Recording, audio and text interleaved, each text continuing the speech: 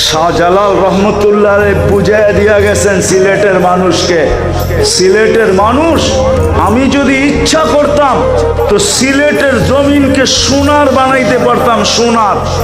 যেই ব্যক্তি জায়নামাজে বৈশা সিলেট সুরমা নদী পার হইতে পারে, ও সিলেটের মাটিকেও সোনা বানাইতে পারত।